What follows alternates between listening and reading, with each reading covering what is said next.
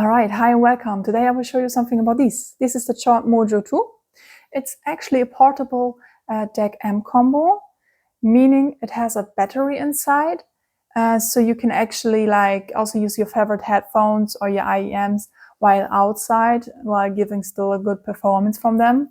I would say let's give it a look and check it out. Just a quick side note, this device was loaned to me by this partner. I did not receive any funds or affiliates or whatsoever. Everything you hear here are my own honest opinions, and I would say let's get right into it. Alright, so here we are. This is the box.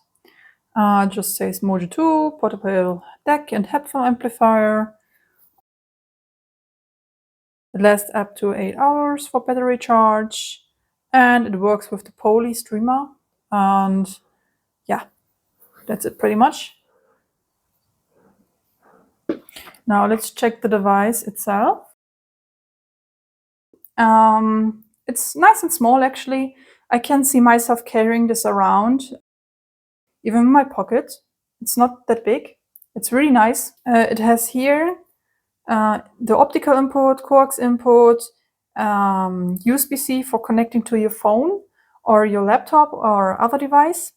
It has a, I don't know why, but it has micro USB for charging here, and has micro USB for also connection if you want to use it.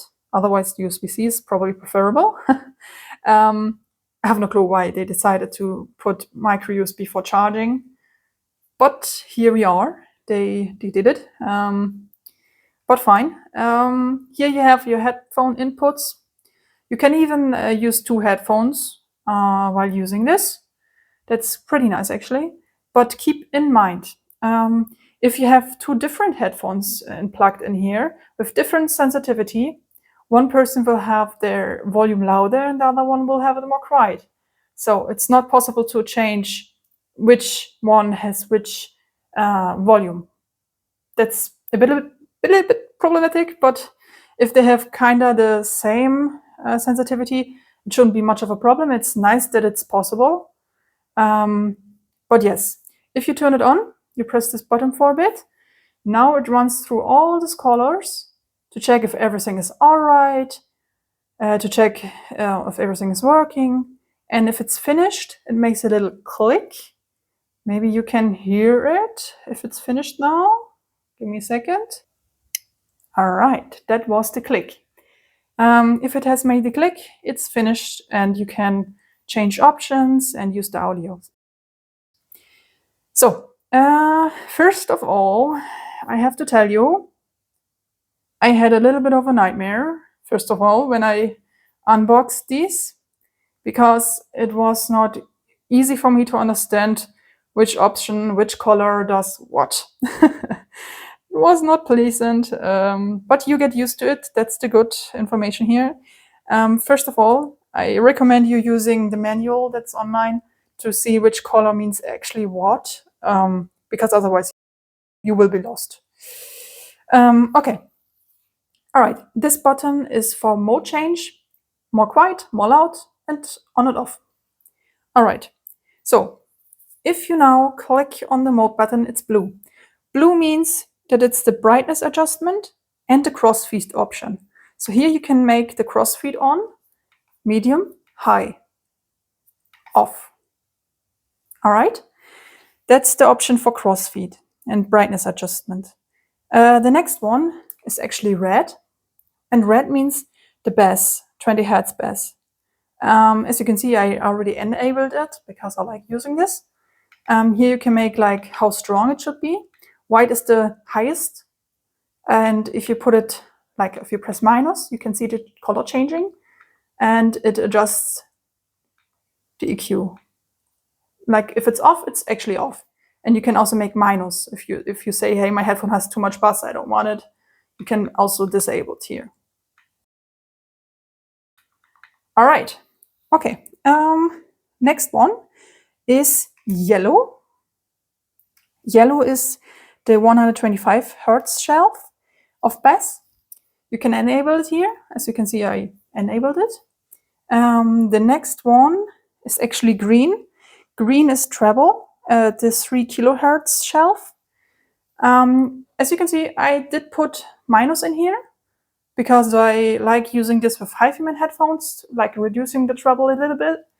All right, the next one is a bright blue or cyan.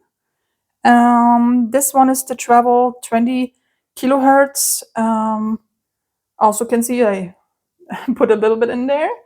And the last one actually is purple. Purple is the lock control. All right, so the first option is always the white one, and the white one is the general output of volume. As you can see here, I have it on red. The last time I used this one was with the HiFiMan Aria stealth version, and this was plenty enough. So you can see if I reduce it, the color gets a bit more dim. And if I put it higher, you can see the color changing like this, right? Okay, so this is more or less the maximum now. But as you can see, there's a lot of steps still for going from my area to what's actually possible on output volume. So it's plenty enough for this headphone, for example. I also tested it with the HiFiMan HE400 SE, for example. No problem whatsoever. All right, so what can I say after testing them for a bit? First of all, the first impression I had before unboxing this was, hey, it looks maybe a bit cheap or something, but this was totally wrong. After having unpacked this and been like feeling it, it actually feels like quite heavy and premium. It seems quite durable. It's actually not made of plastic. It's aluminum here, and it feels really nice actually. I cannot complain. Also, some people were concerned about it getting warm because there's a battery inside to power your headphones.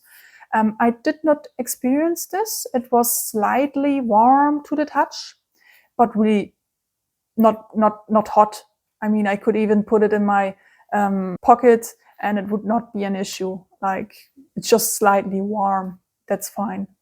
Otherwise, what I really enjoyed and liked is the EQ options. So first of all, but if you unpack it and you're plugging your headphones in there, it's important to know that you need, if you're using it with your Windows PC, you need to download the software. Otherwise, it will not work. So after you did that, you may feel a bit confused about the color scheme because there's no display here.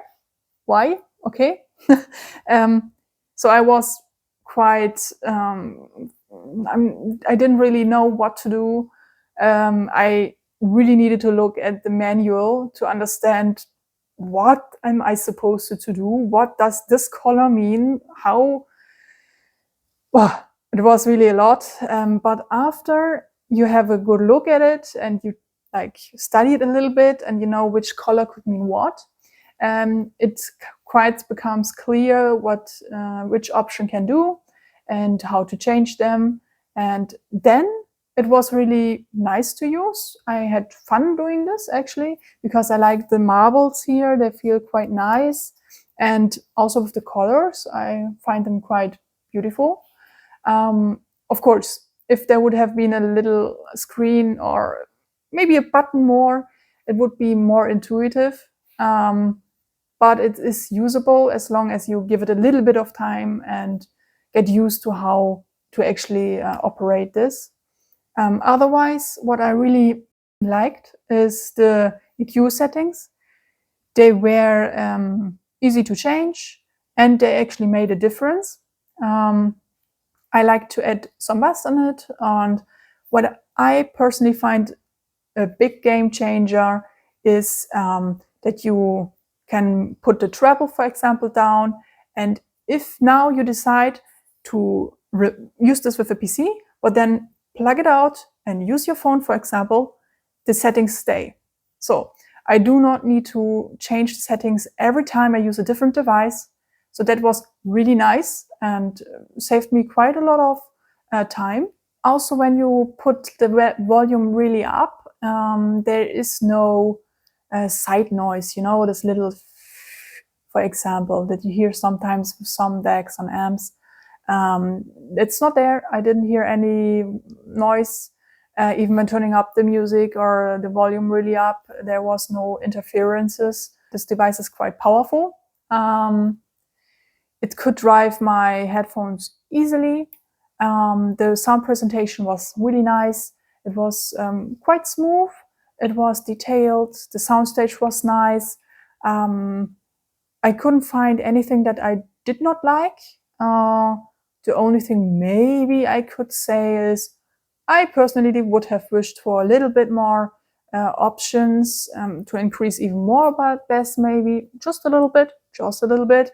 But of course, there's also software you can use and adjust it to your liking. But that's the only thing I can think of that I would have preferred even more. If there would also be like a little screen or one button more maybe, but it's really fine. I personally think the price is decent. It's quite high, I would say, for a small device and for being portable. But the benefit is also there that the sound it does give you, it's really great. And I think you can have it as a great option of either wanting to go out with your headphones and drive them really well, or even use it as a desktop amplifier and deck. That's also possible, and I think it's a good option to have. You can also buy, like I say, the streamer option, the poly that you can put in here and stream. It's nice that you have the option to upgrade your Mojo too. Also for IEMs, it was really nice to use. The options for the volume was enough to also drive really sensitive IEMs without any hissing or noise. So also important. I did not recognize any channel imbalance while using my headphones, even in lower volumes. For example, if you compare it to the iFi Zen deck V2, one had a little bit of channel imbalance. If you have like the volume knob in the lower 1 to 6, 8 or something direction, it did have a little bit of channel imbalance. But here, even on the lowest settings, I did not recognize any channel imbalance. The crossfeed EQ option was nice. I personally didn't feel that much of a difference, but it's a nice option to have, of course. All right, so that's it pretty much for my short review. I hope you have liked it, and I hope to see you again in the next video. Hit the like and subscribe button to support me, and see you next time. Ciao, ciao.